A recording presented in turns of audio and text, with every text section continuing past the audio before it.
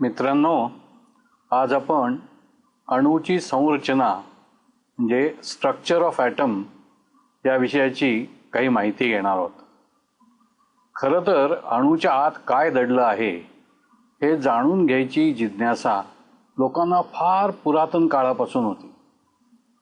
फार पूर्वी म्हणजे इसवी सन 6च्या अगोदर एका भारतीय तत्ववेत्यांनी, त्याचं नाव होतं कणाद, या कणाद माणसांनी एक कल्पना मांडली आणि त्यांनी असं सांगितलं की प्रत्येक द्रव्य हे अतिशय लहान कणांचं असं बनलेलं असतं. या सगळ्यात लहान कणाला त्यांनी परमाणू असं नाव दिलं. आज आपण त्याला ॲटम असं म्हणतो, पण त्या काळी त्यांनी परमाणू हा शब्द वापरला होता. पुढे जाऊन त्याने असं सांगितलं की हा जो परमाणू आहे हा अविभाज्य आहे, त्याचं विभाजन करता येत नाही आणि त्याला स्वतंत्र अस्तित्व सुद्धा नाही. वेगवेगळी द्रव्य जर घेतली तर त्याच्यातला शेवटचा जो कण आहे, लहानात लहान असा जो कण आहे, तर वेगवेगळ्या द्रव्यांचे हे लहान कण हे वेगवेगळे असतात. म्हणजेच हे परमाणू वेगवेगळ्या द्रव्यांचे वेगवेगळे असे असतात. पुढे ज्या वेळेला अधिक संशोधन होत गेलं त्यावेळेला 1808 साली डाल्टन या माणसाने जो काही सिद्धांत मांडला त्यामुळे अणूची संरचना समजायला मोलाची मदत झाली. डाल्टननी काय सांगितलं? त्यांनी स्वतःचा असा एक सिद्धांत मांडला आणि त्या सिद्धांतामध्ये या गोष्टींचा समावेश होता. त्यांनी मांडलेले मुद्दे असे: matter is made of atoms which are its smallest individual particles. म्हणजे द्रव्य हे अतिशय लहान कणांचं बनलेलं आहे. त्याला त्यांनी ॲटम असं नाव दिलं. आज आपण मराठीत त्याला अणू असं म्हणतो. आणि हा कसा होता? लहानात लहान कण होता आणि तो अविभाज्य होता. Atoms of a particular element are alike but different from atoms of another element. म्हणजे एखादं दिलेलं मूलद्रव्य जर तुम्ही घेतलं तर त्याचे सगळ्यात लहान असे कण आहेत, त्याचे जे ॲटम्स आहेत हे सगळे एकसारखे असतात. त्यांचे गुणधर्म सुद्धा एकसारखे असतात. पण वेगवेगळ्या मूलद्रव्यांचे लहानात लहान कण जर तुम्ही घेतले, ॲटम्स घेतले, तर त्यांचे गुणधर्म मात्र वेगळे असतात. Atoms are indestructible and indivisible. म्हणजे अणू हा विनाश पावू शकत नाही, त्याचं विभाजन करता येत नाही. Atoms of every element have a characteristic mass. प्रत्येक अणूला स्वतःचं असं एक वस्तुमान असतं, ते ठरलेलं असतं आणि पुढे हे वस्तुमान ही त्याची ओळख बनते. Atoms combine to form compound atoms called molecules. हे जे काही अणू आहेत हे एकमेकात संयोग पाहू शकतात आणि याच्यापासून रेणू तयार होतो. मॉलिक्यूल याचा अर्थ रेणू. इंग्रजीत मॉलिक्यूल म्हणतात, मराठीत आता आपण त्याला रेणू म्हणतो. A molecule is the smallest unit of a compound or element which exists in free state. हा जो रेणू असतो त्याला स्वतंत्र अस्तित्व असतं. रेणू हा संयोगाचा असू शकेल किंवा मूलद्रव्याचा असू शकेल, पण त्याला स्वतंत्र अस्तित्व असतं. एक गोष्ट लक्षात घ्या, अणूला स्वतंत्र अस्तित्व नाही, पण रेणूला मात्र स्वतंत्र अस्तित्व आहे. दोन्ही लहान कणच आहेत, पण अणू हा मूलद्रव्याचा लहानातला लहान कण आहे, तर रेणू हा मूलद्रव्याचा किंवा संयोगाचा लहानात लहान कण आहे. पण दोघातला फरक असा, अणूला स्वतंत्र अस्तित्व नाही तर रेणूला स्वतंत्र अस्तित्व आहे. जसजशी शास्त्राची प्रगती होत गेली तसतसे नवीन प्रयोग केले गेले आणि साधारणतः 1897च्या आसपास थॉम्सन नावाच्या शास्त्रज्ञांनी एक नवीन प्रयोग केला आणि आत्तापर्यंत ज्या अणूबद्दलच्या कल्पना होत्या त्या सगळ्या कल्पनांना एक मोठा धक्का बसला. काय प्रयोग केला थॉम्सननी? तर त्यांनी एक काचेची नळी घेतली, त्याला त्यांनी कॅथोड रे ट्यूब असं नाव दिलं. ही काचेची नळी जवळपास त्यांनी निर्वात केली आणि त्याच्यात 2 इलेक्ट्रोड्स म्हणजे ऋणाग्र आणि धनाग्र असे बसवले. त्याला अतिशय हाय व्होल्टेज दिलं आणि मग त्यांनी असं दाखवून दिलं की अशा परिस्थितीमध्ये, अशा अवस्थेत ह्या काचेच्या नळीत एक किरणांचा स्रोत निर्माण होतो.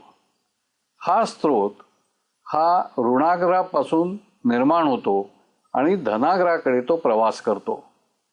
ऋणाग्रापासून धनाग्राकडे जाणारा हा किरणांचा प्रवास ही काहीतरी नवीन गोष्ट होती आणि थॉम्सननी असं सांगितलं की हा जो प्रवास करणारे कण आहेत हे ऋणभारित आहेत. त्यांना त्यांनी इलेक्ट्रॉन्स असं नाव दिलं. म्हणजे इथे पहिल्यांदाच इलेक्ट्रॉन्सची निर्मिती झाली, इलेक्ट्रॉन्सचा शोध लावला आणि ॲटम किंवा अणू हा विभाजित होऊ शकतो असं लोकांच्या लक्षात आलं. यापूर्वीची कल्पना अशी होती की अणू हा अविभाज्य आहे, पण थॉम्सनच्या या प्रयोगामुळे असं लक्षात आलं की अणूचं विभाजन होऊ शकतं आणि त्यातला एक कण जे इलेक्ट्रॉन हा थॉम्सननी दाखवून दिला. पुढे जाऊन लोकांनी आणि थॉम्सननी ह्या त्याच्या प्रारूपाला plum pudding model of atom असं नाव दिलं. थॉम्सननी अणूच्या संदर्भात स्वतःचं एक प्रारूप मांडलं, मॉडेल असं मांडलं आणि त्याला प्लम पुडिंग म्हणजेच कलिंगडाची उपमा दिली. आपण सगळ्यांनी कलिंगड पाहिलंय. आतला भाग कसा असतो कलिंगडाचा? बहुअंशी तो असा तांबडा लाल असा असतो आणि त्याच्यात मध्ये मध्ये कुठेतरी काळ्या बिया असतात. ही उपमा देताना थॉम्सननी आणि बाकीच्या लोकांनी असं सांगितलं की कलिंगडाच्या आतला गर किंवा जो तांबडा पोर्शन आहे, तांबडा भाग आहे, हा सगळा धनभारित अणू असल्यासारखा आहे आणि त्याच्यामधल्या काळ्या रंगाच्या ज्या बिया आहेत हे ते इलेक्ट्रॉन्स आहेत. या प्रारूपाला प्लम पुडिंग मॉडेल असं नाव दिलं गेलं. ह्या त्याच्या सिद्धांतामुळे अणूची संरचना समजायला बरीच मदत झाली. हे अजून पूर्णत्वास गेलं नव्हतं, पण कमीत कमी अणू हा विभाजन होऊ शकतो इतपत तरी लोकांना कळलं. मग त्या दिशेने पुढचे प्रयत्न केले गेले. साधारणतः 1903च्या सुमारास रुदरफोर्ड नावाच्या शास्त्रज्ञांनी एक पुढची पायरी गाठली. त्यांनी काय केलं? त्याच्या प्रयोगाला अल्फा रे स्कॅटरिंग एक्सपेरिमेंट असं म्हणतात. त्यांनी अल्फा रेसचा एक स्रोत निर्माण केला. हे अल्फा रेस काय आहेत? तुम्हाला हिलियम नावाचा राजवायू माहिती आहे.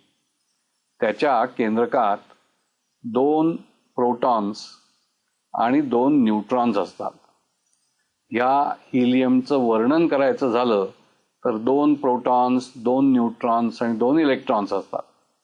यातले इलेक्ट्रॉन्स काढून टाकले तर या हिलियम ॲटमवरती धनभार 2 असा तयार होईल.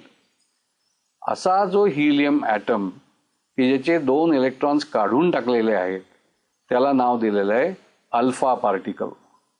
याचा अणुअंक 2 असतो तर अणुभारांक 4 असतो. तर असा हा जो हिलियम ॲटम की ज्याचे 2 इलेक्ट्रॉन्स काढून घेतले गेलेत म्हणजेच हे अल्फा पार्टिकल आहे. अशा अनेक अल्फा पार्टिकल्सचा एक स्रोत रुदरफोर्डनी निर्माण केला. नंतर त्यांनी एक सोन्याचा अतिशय पातळ पत्रा घेतला, तो उभा ठेवला. सोन्याच्या पातळ पत्र्याच्या एका बाजूनी अल्फा पार्टिकल्सचा स्रोत सोडला आणि त्या पत्र्याच्या दुसऱ्या बाजूला झिंक सल्फाइड या रसायनाचा थर असलेला एक पडदा ठेवला. त्याची अपेक्षा अशी होती, ही सगळी अल्फा पार्टिकल्स जी आहे ही सोन्याच्या पत्र्यातून आरपार जातील आणि त्या झिंक सल्फाइडच्या थर असलेल्या पडद्यावर जाऊन आपटतील. जिथे ती आपटतील तिथे तात्पुरता एक बिंदू चमकतो. म्हणजे हे अल्फा पार्टिकल जे आहेत ते तिथे जाऊन आपटतात आणि आपटल्यानंतर तिथे एक चमक किंवा ग्लो निर्माण होतो. त्याच्या प्रयोगात त्याला असं दिसून आलं, अनेक अल्फा पार्टिकल्स जेव्हा सोन्याच्या पातळ पत्र्यातून आरपार पाठवली तेव्हा बहुअंशी सगळीच पार्टिकल्स, सगळेच कण हे आरपार गेले. क्वचित काही अल्फा पार्टिकल्सचं विचलन झालं, म्हणजे ते स्वतःचा मार्ग सोडून थोडेसे तिरपे धावले. त्याहीपेक्षा कमी संख्येनी काही अल्फा पार्टिकल्सचं विचलन हे अधिक कोनातून झालं, म्हणजे ते अधिक तिरपे धावले. आणि अतिशय क्वचित म्हणजे जवळजवळ 20,000 कणांमध्ये एखादा कण अल्फा पार्टिकल्सचा हा माघारी आला किंवा परत फिरला, ज्याला आपण रिफ्लेक्ट झाला असं म्हणतो. पुन्हा एकदा अल्फा पार्टिकल्स जी काही पाठवली होती त्यातली बहुअंशी सगळी पार्टिकल्स किंवा कण हे आरपार गेले. क्वचित काही कण हे थोड्या कोनातून विचलित झाले. आणखी संख्येने कमी असे अल्फा पार्टिकल्स मोठ्या कोनातून विचलित झाले. तर अतिशय कमी प्रमाणात काही अल्फा पार्टिकल्स हे माघारी फिरले किंवा परत आले, म्हणजे त्यांचं रिफ्लेक्शन झालं. असा हा रुदरफोर्डचा एक्सपेरिमेंट होता, प्रयोग होता. यातून त्यांनी काही सिद्धांत मांडले, काही निर्णय घेतले, काही सूचना केल्या. त्या अशा, ज्या अर्थी बहुतेक सगळी अल्फा पार्टिकल्स सोन्याच्या पातळ पत्र्यातून आरपार जात आहेत, याचा अर्थ अणूंमध्ये बरीचशी पोकळ जागा आहे. ज्या ठिकाणी त्या अल्फा पार्टिकल्सचं विचलन झालं त्या ठिकाणी ती कोणाला तरी थोडी घासून गेली आहेत किंवा कोणाशी तरी ती आदळून त्यांचं विचलन झालेलं आहे, असा एक तर्क त्यांनी लढवला. आणि जी काही अल्फा पार्टिकल्स परत आली, माघारी फिरली, ती कोणावर तरी आपटली आणि ती इतकी जोरात आपटली की त्याला मागे फिरावं लागलं. मग या सगळ्या निष्कर्षांवरून त्यांनी स्वतःचं अणुबद्दलचं एक प्रारूप असं सांगितलं. ते असं होतं, ॲटममध्ये किंवा अणूमध्ये बहुअंशी पोकळ जागा आहे. याच्या आधीच इलेक्ट्रॉन्सचा शोध लागलेला होता, त्यामुळे त्यांनी सांगितलं की हे इलेक्ट्रॉन्स हे आजूबाजूला असे इतस्ततः पसरलेले आहेत आणि कुठेतरी त्या इलेक्ट्रॉन्सना उदासीन करणारा असा घटक या अणूमध्ये आहे. हा घटक, याला त्यांनी सुरुवातीला पॉझिटिव्हली चार्ज्ड सेंटर किंवा धनभारित असा प्रभाग हा कुठेतरी आहे असं सुचवलं. आणि नंतर तो केंद्रस्थानी आहे म्हणून त्याला केंद्रक असं नाव दिलं. रुदरफोर्डनी जे प्रारूप मांडलं त्यातले मुद्दे हे मी तुमच्या समोर ठेवतो आहे. ते मुद्दे एक एक करून आपण बघूया. There is a positively charge centre in an atom called nucleus. मग आम्ही म्हटल्याप्रमाणे इलेक्ट्रॉन्स हे ऋणभारित आहेत, त्यांना उदासीन करणारं काही ना काहीतरी धनभारित भाग हा अणूत असला पाहिजे. तर रुदरफोर्डनी तो पहिलाच मुद्दा मांडला की असं काहीतरी धनभारित आहे की जे इलेक्ट्रॉन्सना उदासीन करत आहे, आणि त्याला त्यांनी जागा दिली केंद्रस्थानी. म्हणून केंद्रक, म्हणजे ज्याला इंग्लिशमध्ये आपण न्यूक्लियस म्हणतो, असं काहीतरी ॲटममध्ये आहे. Nearly all the mass of the atom resides in the nucleus. म्हणजे अणूचं जे वस्तुमान आहे ते त्या केंद्रकात एकवटलेलं आहे. The electrons revolve around the nucleus in well defined orbits. हे जे इलेक्ट्रॉन्स आहेत ते या केंद्रकाच्या भोवती फिरतात. कसे फिरतात? तर त्यांना ठरवून दिलेल्या कक्षेत फिरतात. ऑर्बिट्स म्हणजे कक्षा. तर ठराविक कक्षेत हे इलेक्ट्रॉन्स फिरतात. The number of electrons in all the orbits is equal to the number of positive charges, protons, in the nucleus of the atom. Hence, atom is electrically neutral. हे जे नंबर ऑफ इलेक्ट्रॉन्स आहेत वेगवेगळ्या कक्षेत फिरणारे, त्यांचा number, त्यांची संख्या ही positive charges इतकीच म्हणजेच प्रोटॉन्स इतकीच असते. हे प्रोटॉन्स केंद्रकात असतात, त्यांची संख्या आणि इलेक्ट्रॉन्सची संख्या सारखीच असते. आणि ही संख्या सारखी असल्यामुळे अणू हा तटस्थ किंवा उदासीन असतो. इलेक्ट्रॉन्स हे ऋणभारित आहेत, प्रोटॉन्स हे धनभारित आहेत. दोघांची संख्या सारखीच झाली की साहजिकच अणू हा उदासीन किंवा तटस्थ असा तयार होतो. The size of the nucleus is very small as compared to the size of the atom. अणूचा आकार आणि केंद्रकाचा आकार यांची जर तुलना केली तर केंद्रकाचा आकार हा अणूच्या आकाराच्या पेक्षा खूपच लहान असतो, कमी असतो, असं रुदरफोर्डनी सांगितलं. आता त्यांनी जे प्रारूप मांडलं त्याचे फायदे तर नक्कीच झाले. खरं सांगायचं तर एक पायरी आपण पुढे गेलो होतो. अणूची संरचना समजण्याच्या संदर्भात नक्कीच प्रगती झालेली होती. पण इतर बाबतीत घडतं तसं इथेही एक घडलं. ह्या प्रारूपात एक दोन दोष राहून गेले आणि त्याचं उत्तर काही रुदरफोर्डला देता आलं नाही. ते दोष असे होते. Rutherford's model could not explain stability of the atom. अणू हा स्थिर आहे, तो कुठल्याही मूलद्रव्याचा असला तरी स्थिरता हा त्याचा गुणधर्म आहे. मग रुदरफोर्डने जे प्रारूप मांडलं त्याप्रमाणे अणूची स्थिरता याचं स्पष्टीकरण त्याला देता आलं नाही. As electron is charge particle, it radiates energy. Due to this electron would fall in the nucleus and atom would collapse. त्या काळी अशी एक थिअरी होती, असा एक सिद्धांत होता. क्लासिकल मेकॅनिक्स आणि इलेक्ट्रोडायनॅमिक्स याच्या सिद्धांतांप्रमाणे कुठलंही विद्युत भारित असं कण असेल, धनभारित असेल किंवा ऋणभारित असेल, असा कण जर एखाद्या केंद्रकाभोवती फिरायला लागला तर त्यातून ऊर्जा बाहेर पडायला पाहिजे आणि हळूहळू त्या कणाची स्वतःची ऊर्जा त्यामुळे कमी व्हायला पाहिजे. आता इथे इलेक्ट्रॉन हा ऋणभारित आहे, तो एका केंद्रकाच्या भोवती फिरतो आहे.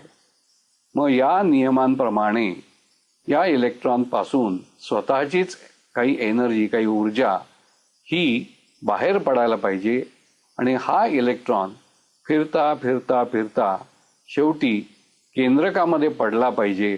आणि तसं जर झालं तर अणू हा कोसळेल, अणूचं अस्तित्वच संपेल, असं काही लोकांचं म्हणणं होतं. पण प्रत्यक्षात तर असं काही घडत नाही. आता याचं स्पष्टीकरण कसं देणार? या पूर्वीच्या नियमांनुसार इलेक्ट्रॉननी ऊर्जा देणं आवश्यक होतं. शेवटी तो केंद्रकात पडेल अशी अपेक्षा होती. पण प्रत्यक्षात हे जर काही घडत नसेल तर याचा अर्थ जे प्रारूप मांडलेलं आहे त्याच्यात कुठेतरी काहीतरी उणीव आहे, काहीतरी दोष आहे, कुठलं तरी स्पष्टीकरण राहून गेलेलं आहे असा त्याचा अर्थ होतो. दुसरा जो दोष होता तो असा. Rutherford proposed that electrons revolve around the nucleus in the fixed orbits. However, He did not specify the orbits and the number of electrons in each orbit. रुदरफोर्डने असं सुचवलं की हे जे केंद्रकाभोवती फिरणारे इलेक्ट्रॉन्स आहेत हे ठराविक कक्षांमध्ये फिरतात. पण ही कक्षा कशी असेल, ती केंद्रकापासून किती दूर असेल, अशा किती कक्षा असतील, या गोष्टी मात्र रुदरफोर्डने काही सांगितल्या नाहीत. प्रत्येक भ्रमणकक्षेत किती इलेक्ट्रॉन्स असतील याचाही अंदाज रुदरफोर्डने दिला नाही. खरं तर काही लोकांचं म्हणणं असं होतं, जर क्लासिकल मेकॅनिक्स आणि इलेक्ट्रोडायनामिक्सचे नियम खरे असतील तर इलेक्ट्रॉन जर केंद्रकाभोवती फिरत राहिला तर त्यांनी सर्पिल हे स्पायरल अशी भ्रमणकक्षा घ्यायला पाहिजे, आणि ती जर खरंच त्यांनी तशी घेतली तर त्याचा अंत हा केंद्रकात व्हायला पाहिजे.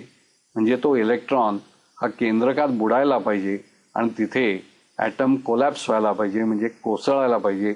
थोडक्यात अणूचं अस्तित्व तिथे नष्ट व्हायला पाहिजे. प्रत्यक्षात असं कधीही घडलं नाही.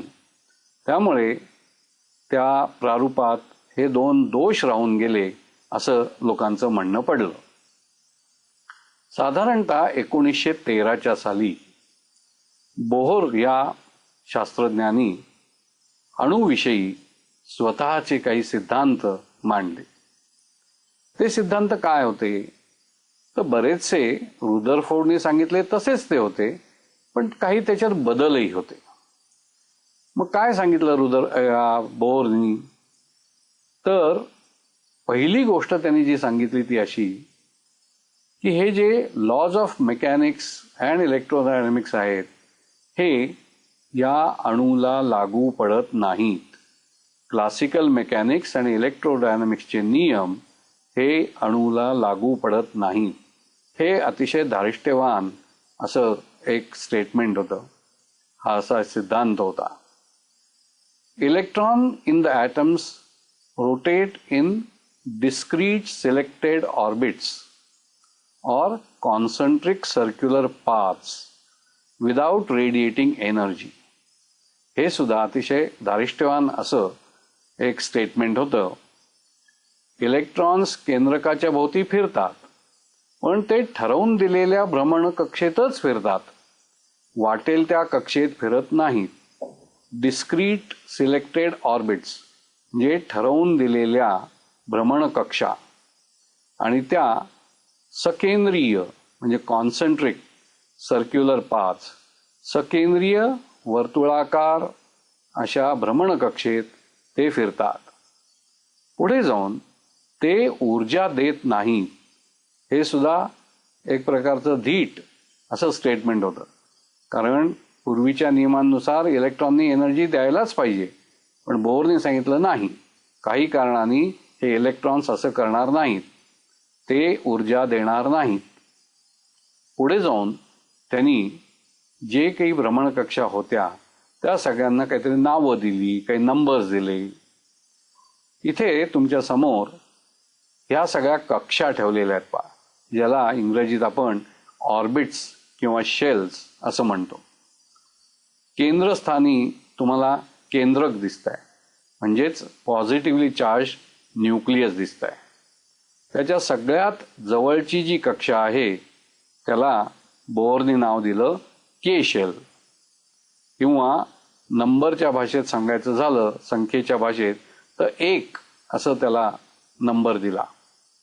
दुसरं जे ऑर्बिट होतं, शेल होतं, त्याला एल शेल असं नाव दिलं. म्हणजेच 2 नंबरची भ्रमणकक्षा, त्याला एल किंवा एल शेल किंवा ऑर्बिट असं नाव दिलं. तिसऱ्या भ्रमणकक्षेला एम शेल असं नाव दिलं. चौथ्या भ्रमणकक्षेला एन शेल असं नाव दिलं गेलं, आणि याप्रमाणे पुढची अक्षरं वापरण्यात आली. 2 नंबरचा सिद्धांत असा होता, these orbits are called stationary orbit. हे स्थिर भ्रमणकक्षा किंवा याला एनर्जी लेवल्स किंवा एनर्जी स्टेट्स, ऊर्जेच्या निरनिराळ्या कक्षा असं नाव दिलं गेलं. They are called KLMN. ही सगळी कॅपिटल लेटर्स आहेत बरं का, हे लक्षात ठेवायचं आहे. आणि संख्यानुरूप जर सांगायचं झालं तर 1, 2, 3, 4 असे नंबर्स त्यांना दिले गेले. पुढे जाऊन त्याने असं सांगितलं, only those orbits are stationary which satisfy the condition MVR is equal to NH/2π.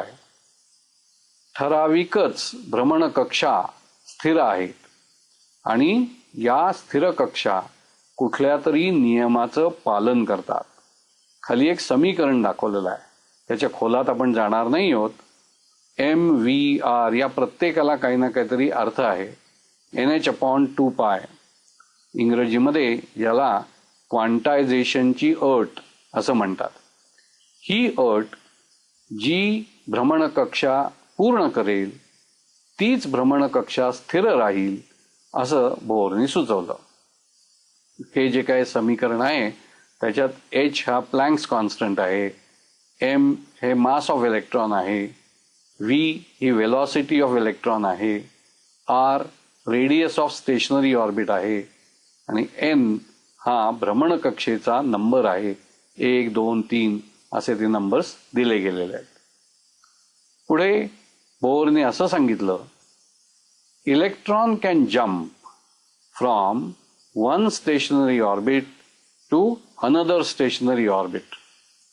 हा जो इलेक्ट्रॉन आहे जो भ्रमणकक्षेत फिरतो आहे तो खालच्या कक्षेतून वरच्या कक्षेत जाऊ शकतो किंवा वरच्या कक्षेतून खालच्या कक्षेत येऊ शकतो.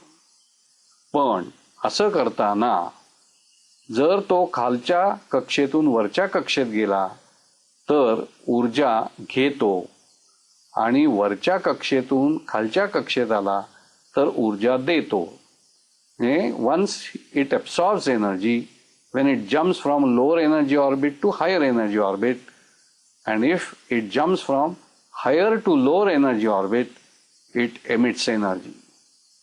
The magnitude of energy is equal to the difference in energy of the two stationary orbits.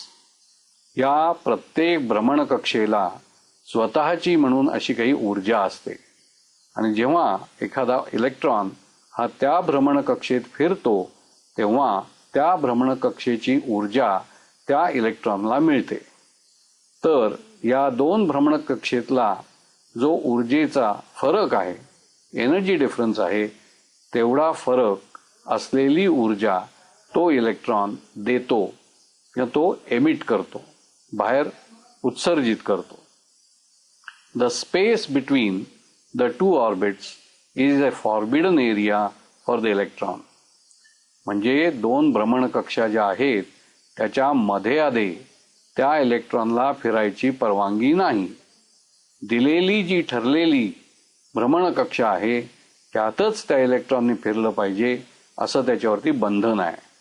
पुन्हा एकदा ही अतिशय महत्त्वाची अट आहे. दोन ठराविक दिलेल्या भ्रमणकक्षेत त्या इलेक्ट्रॉन 2 किंवा अधिक इथे तो फिरू शकतो, पण दिलेल्या ठराविक भ्रमणकक्षेतच ही त्याची अट आहे, त्यांच्या मध्ये त्याला फिरता येणार नाही. बरेच दिवस लोकांना असा एक संशय होता की अणूचं वस्तुमान हे केंद्रकामध्ये जरी एकवटलेलं असलं तरी नुसत्या प्रोटॉन्सच्या संख्येवरून हे काढता येत नाही. काहीतरी अधिक तिथे असलं पाहिजे आणि त्या दिशेने लोक शोधायला लागले.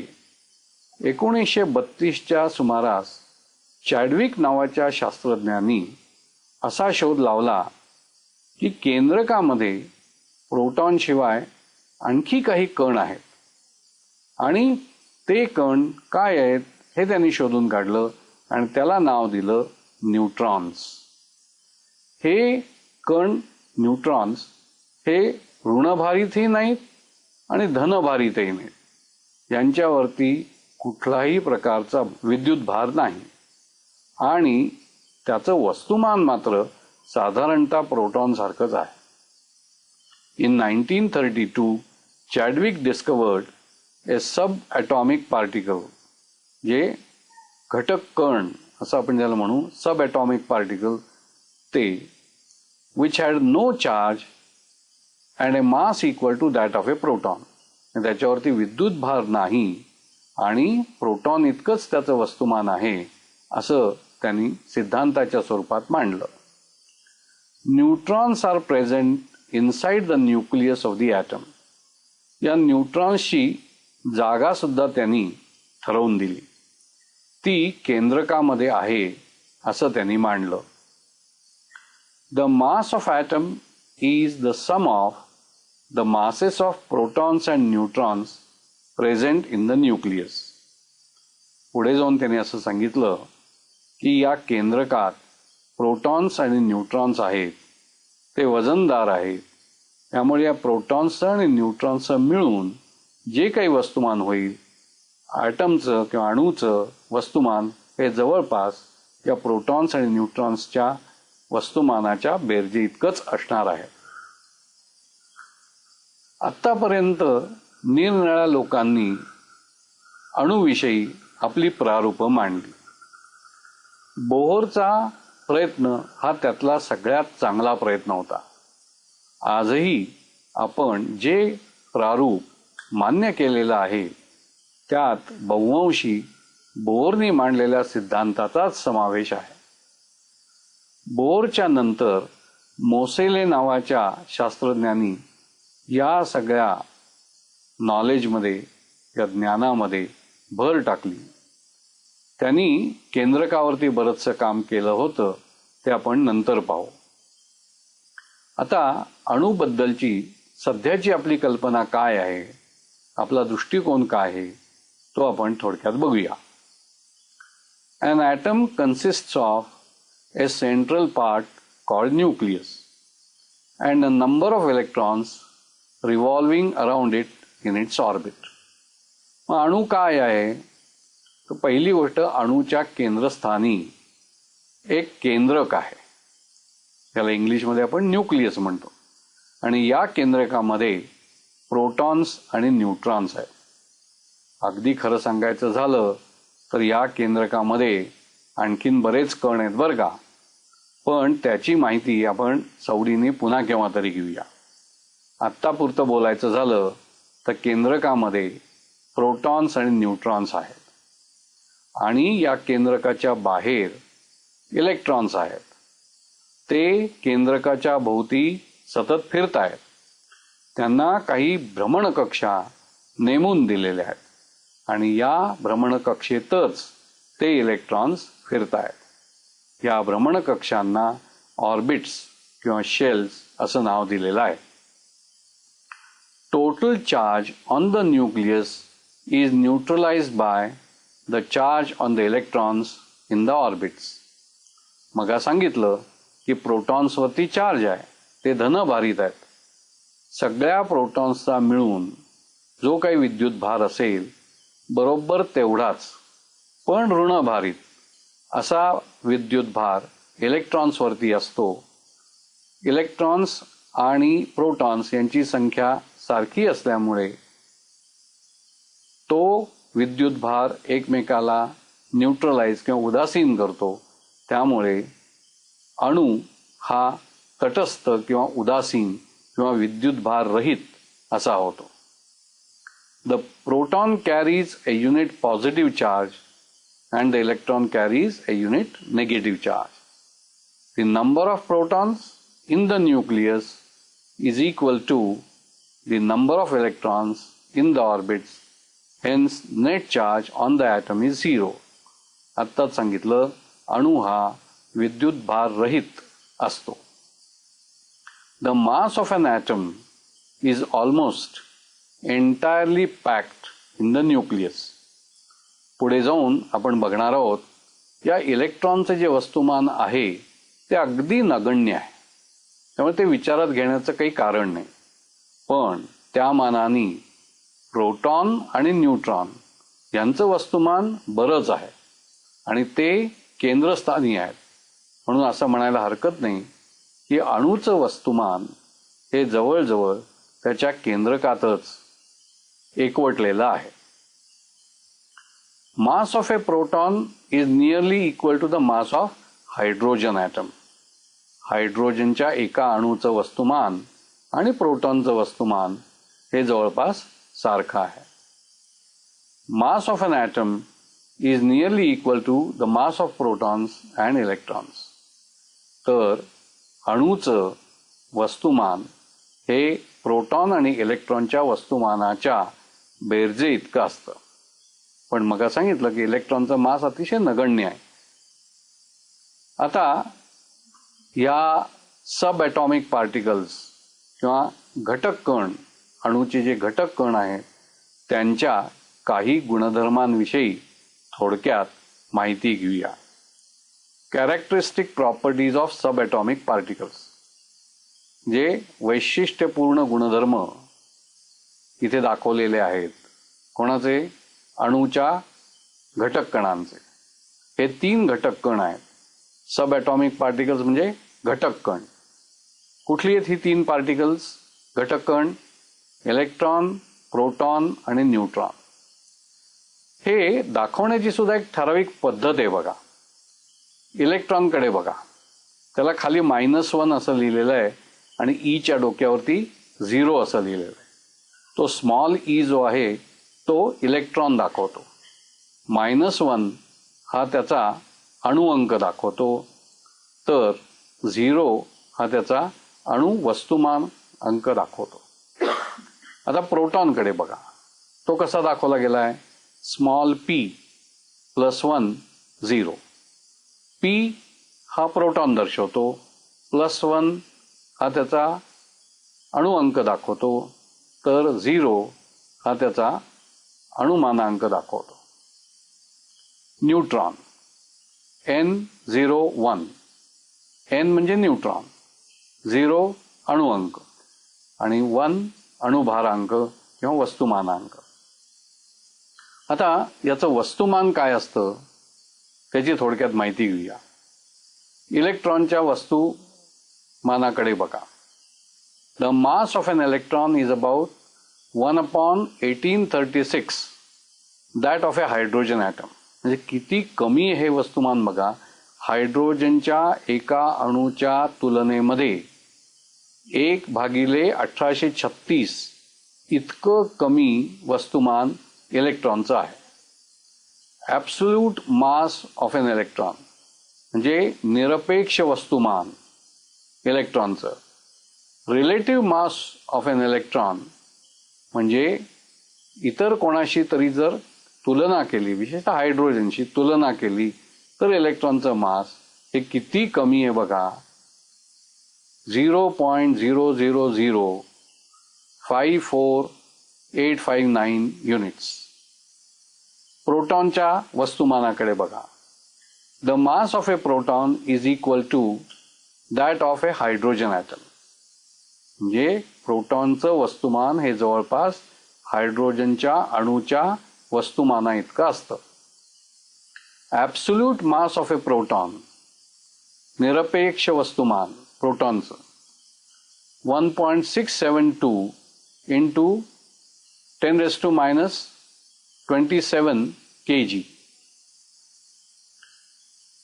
जर रिलेटिव्ह मास किंवा सापेक्ष असं वस्तुमान बघितलं तर प्रोटॉनचं 1.0072277 युनिट्स इतकं आहे.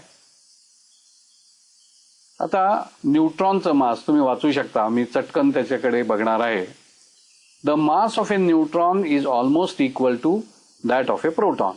म्हणजे प्रोटॉनचं आणि न्यूट्रॉनचं मास जवळपास सारखं आहे. निरपेक्ष वस्तुमान तिथे दिलेलं आहे, तुम्ही ते पाहू शकता. तसंच सापेक्ष वस्तुमान जे दिलेलं आहे तेही पाहू शकता. न्यूट्रॉनचं सापेक्ष वस्तुमान हे हायड्रोजनच्या सापेक्ष वस्तुमानापेक्षा थोडंसं जास्त आहे. आता आपण विद्युत भाराकडे येऊया, म्हणजे charge. An electron has unit negative charge. एक युनिट निगेटिव्ह म्हणजे एकक ऋणभारित असा हा इलेक्ट्रॉन असतो. Absolute charge on the electron तुम्ही वाचू शकता, तिथे लिहिलेलं हा मायनस असतो.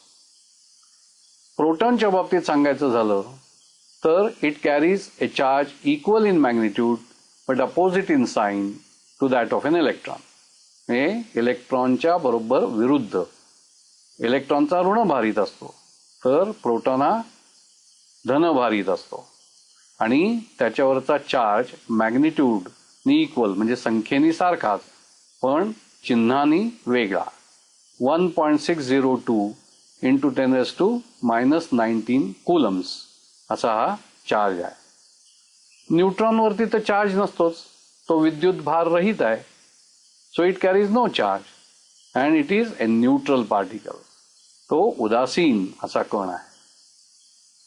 आता दिलेल्या अणूमध्ये इलेक्ट्रॉनचं संरूपण कसं असतं, डिस्ट्रीब्युशन कसं असतं हे आपण थोडक्यात बघूया. The surface generated by changing plane of the orbit is called a shell. म्हणजे शेल कसं असतं, ती एक भ्रमणकक्षा असते. वेगवेगळ्या कोनातून वळवल्यानंतर जे काही तुम्हाला दृष्टोत्पत्तीस येईल त्याला आपण शेल म्हणणार आहोत. The shells or orbits are given numbers. या भ्रमणकक्षांना सांख्यिक असे काही नंबर्स दिलेले आहेत, 1, 2, 3, 4 वगैरे वगैरे.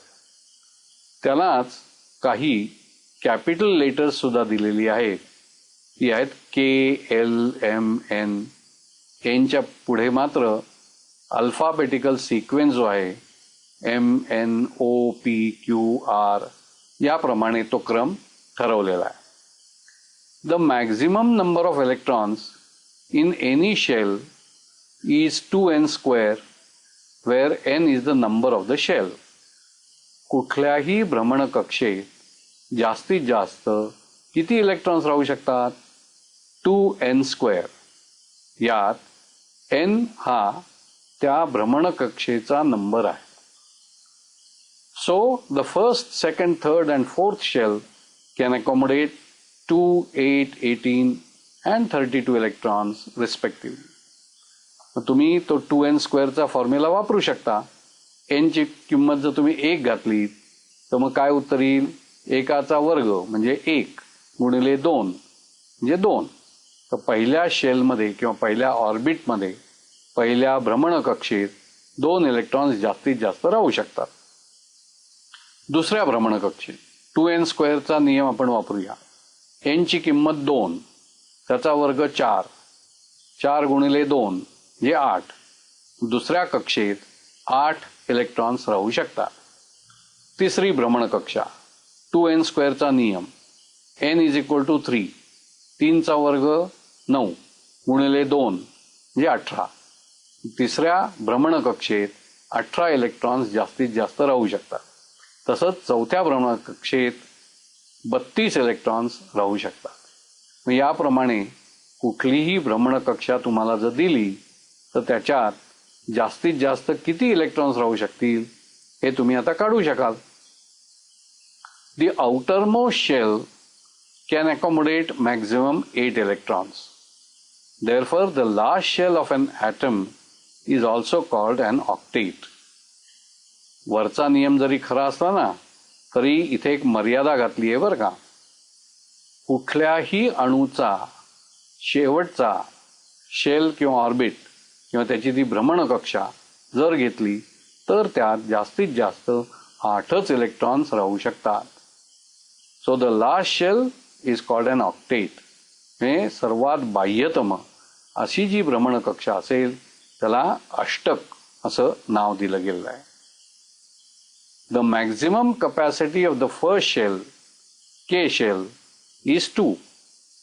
पहिल्या भ्रमणकक्षेची जास्तीत जास्त इलेक्ट्रॉन सामावून घेण्याची शक्ती ही 2 आहे. हे 2च इलेक्ट्रॉन्स त्याच्यात मावू शकतात. Electrons can be accommodated in the shells and that shell decides the number of the electrons.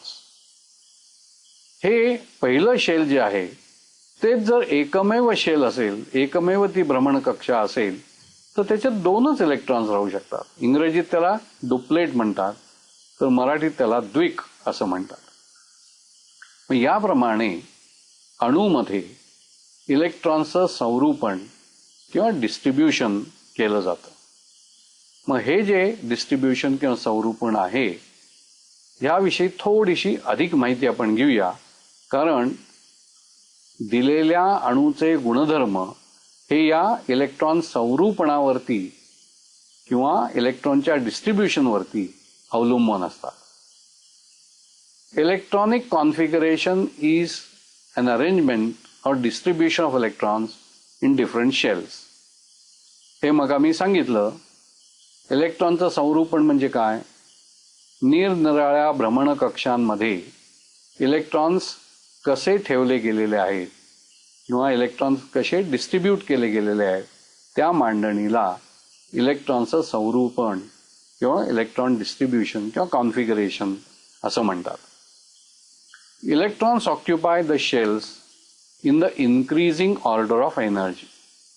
मगा सांगितलेल्या गोष्टींमध्ये एक गोष्ट सांगायची राहिली ती अशी की जसजसं तुम्ही केंद्रकापासून दूर जाल तसतशी भ्रमणकक्षेची ऊर्जा ही वाढत जाते.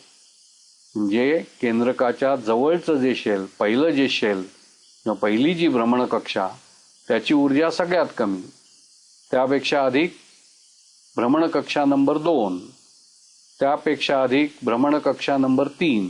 जसजसं आपण वरती जाऊ म्हणजे केंद्रकापासून दूर जाऊ 1, 2, 3 असे भ्रमणकक्षेचे नंबर्स येतील त्याप्रमाणे त्या भ्रमणकक्षेची ऊर्जा, शेलची एनर्जी ही वाढत जाते. मग electrons occupy the shells in the increasing order of energy. मग सगळ्यात कमी ऊर्जा असलेलं शेल किंवा ऑर्बिट किंवा भ्रमणकक्षा कुठली? के शेल.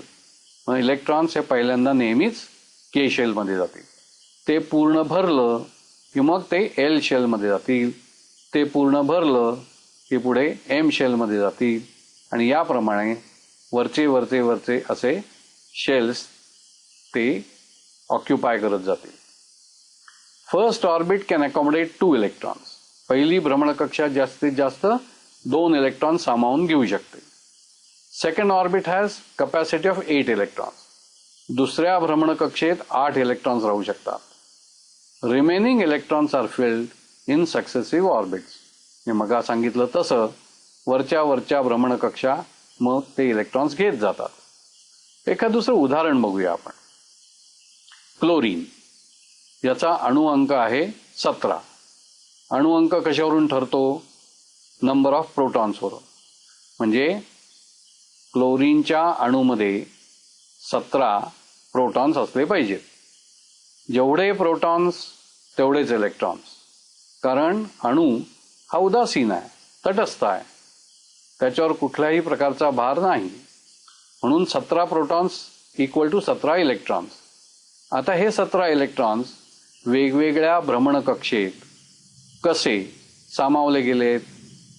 पहिल्या कक्षेची कपॅसिटी मग किती येते? 2.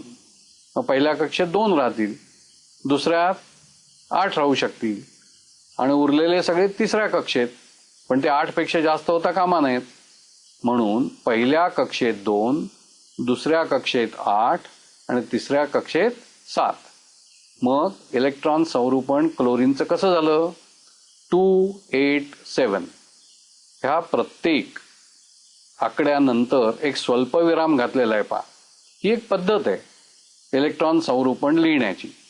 2 स्वल्पविराम 8 स्वल्पविराम 7. म्हणजे पहिल्या कक्षेत 2, दुसऱ्या कक्षेत 8, तिसऱ्यात 7.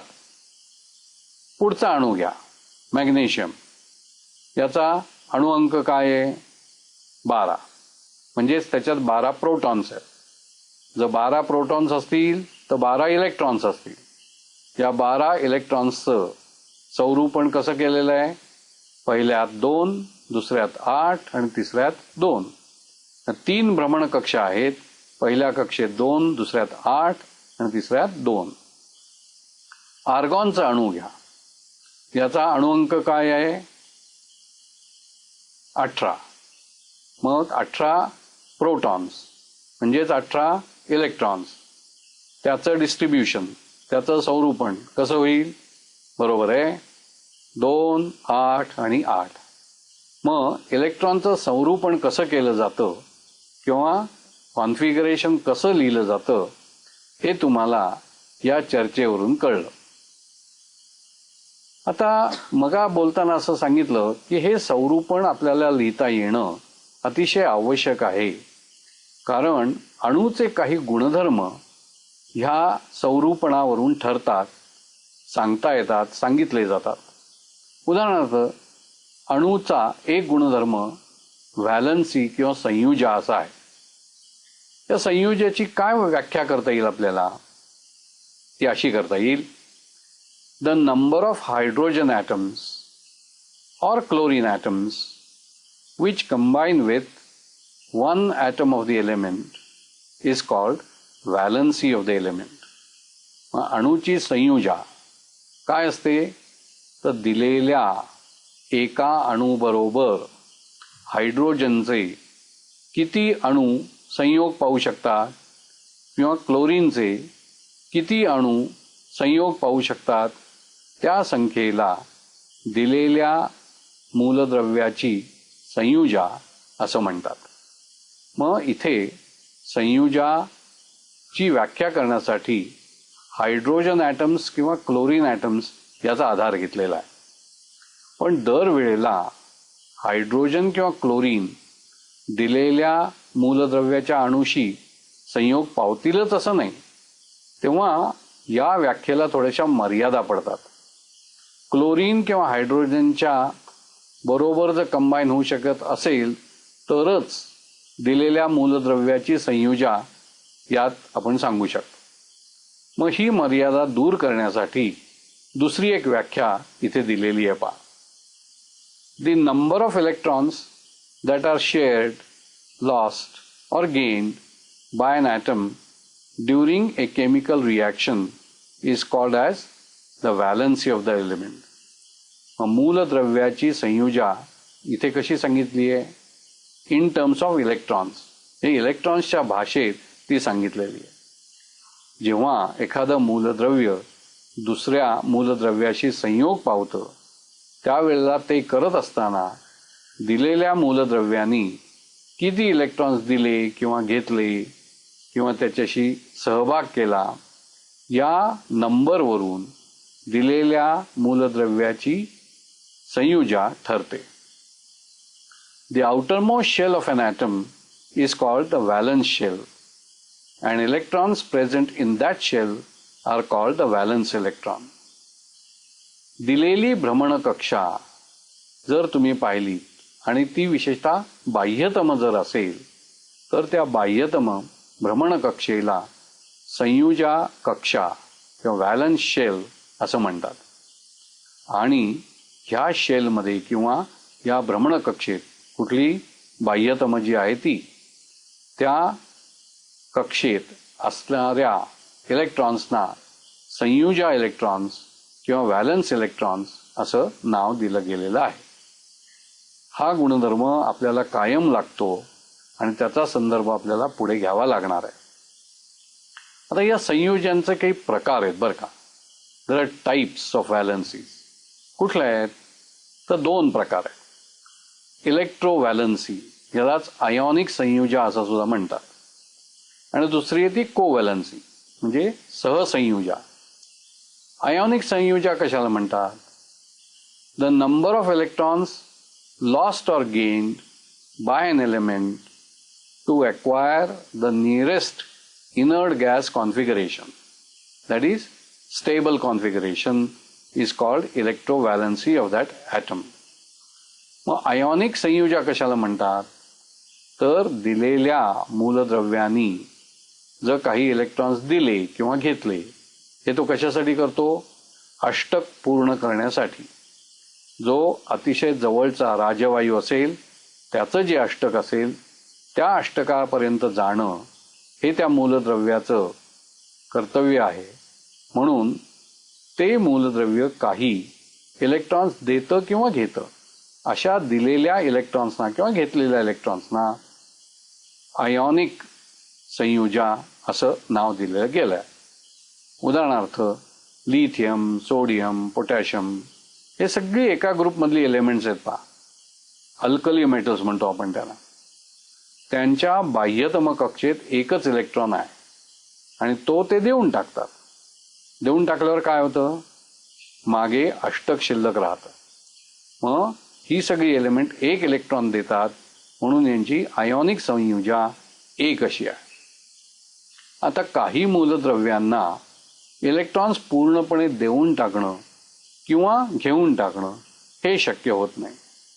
मग ते काय करतात, शेजारच्या मूलद्रव्याबरोबर आपला एखादा इलेक्ट्रॉन त्याचा ते सहभाग देतात. त्याला आपण सहसंयुजा असं म्हणतो. The number of electrons shared by an atom of an element with the atom of the same or different element is called covalency of the item.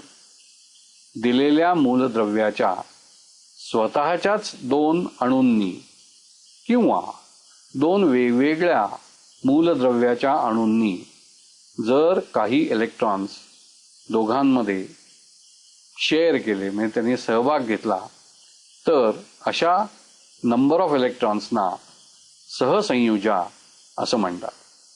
उदाहरणार्थ पाण्याचा फॉर्म्युला, त्याचं सूत्र आहे H2O. इथे ऑक्सिजनचा एक ॲटम हायड्रोजनच्या दोन ॲटमशी संयोग पावतो, म्हणून ऑक्सिजनची संयुजा 2 झाली. हे करत असताना ऑक्सिजन हा 2 इलेक्ट्रॉन्स शेअर करतो 2 हायड्रोजन बरोबर, म्हणून त्याची संयुजा 2 आहे असंही काही लोक म्हणतात. मित्र हो, आतापर्यंत आपण बरीच चर्चा केली. इलेक्ट्रॉनची स्वरूपण बघितली, वेगवेगळ्या मूलद्रव्यांची उदाहरणं घेतली, अणूची संरचना बघितली. या सगळ्या चर्चेवरून आता तुम्हाला कल्पना आली असेल की अणू हा कसा असतो, त्याच्या आत काय काय असतं, त्याचे गुणधर्म काय आहेत, ते कशावरती अवलंबून असतात, हे सगळं आपण चर्चेच्या माध्यमातून आता इथे बघितलं. आता हे तुम्हाला समजलंय की नाही हे सुद्धा मला तपासून पाहायला पाहिजे की नाही. मग आपण काय करूया, काही प्रश्न सोडवूया. बघूया तुम्हाला ते सोडवता येतात का. आणि नाही जरी आले तरी हरकत नाही, एक प्रकारचा हा सराव होईल. आपण जे शिकलो त्याच्यातल्या काही गोष्टी आपण पुन्हा रिपीट करतो आहोत, त्यामुळे त्याचा सराव होईल तुम्हाला. बघूया तुम्हाला येतं का. पहिला प्रश्न मी तुम्हाला विचारतो, state whether true or false. खाली दिलेली विधानं सत्य आहेत की असत्य आहेत हे तुम्ही मला सांगायचं. पहिलं विधान असं आहे, the valency of oxygen is 6. काय बरोबर आहे का चूक आहे.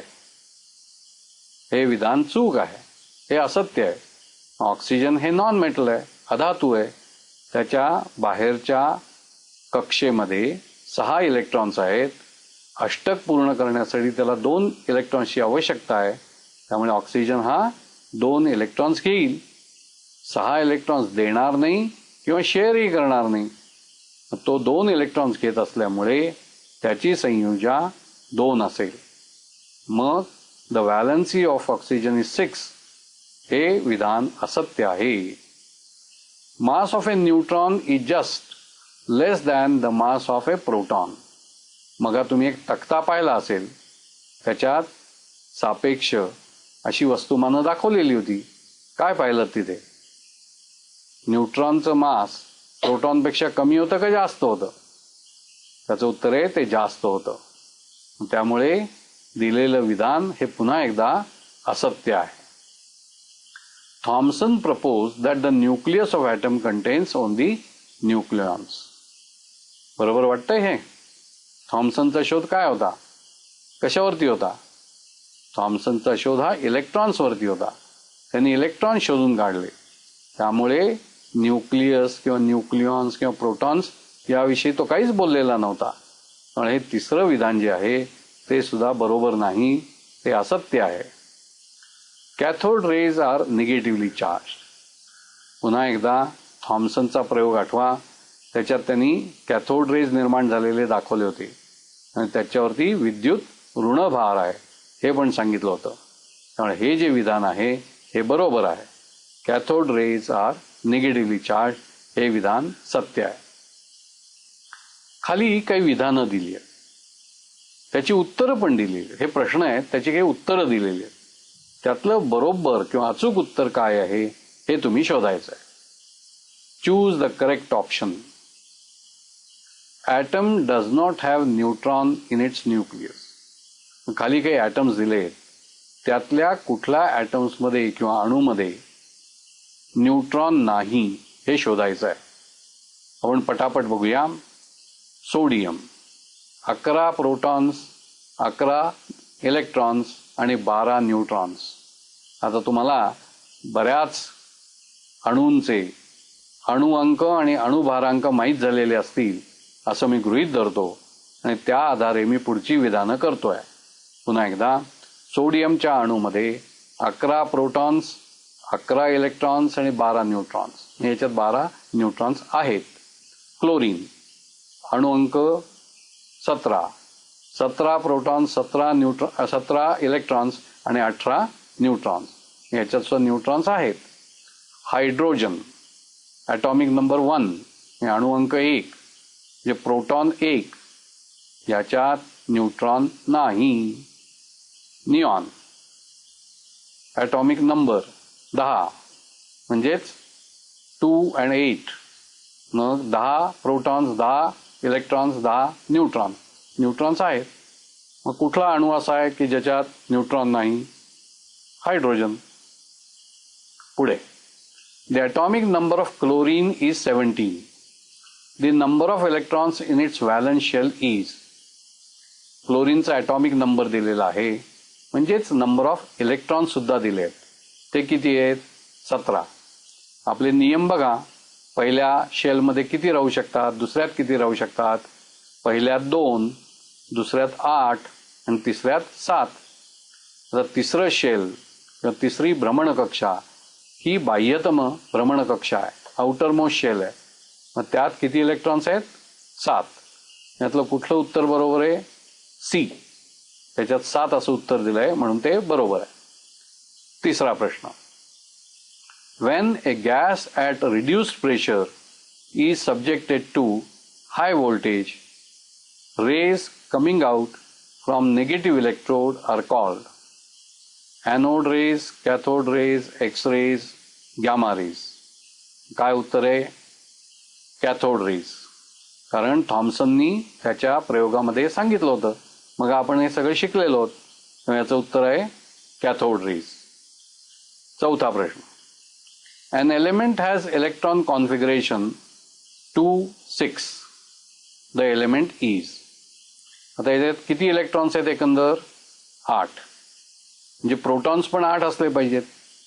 मग 8 प्रोटॉन्स असलेल्या मूलद्रव्याचं नाव काय?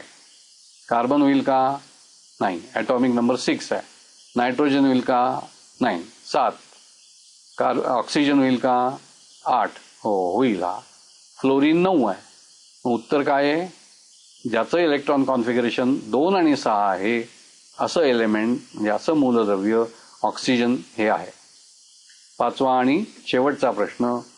The outermost orbit of any atom can have maximum how many electrons?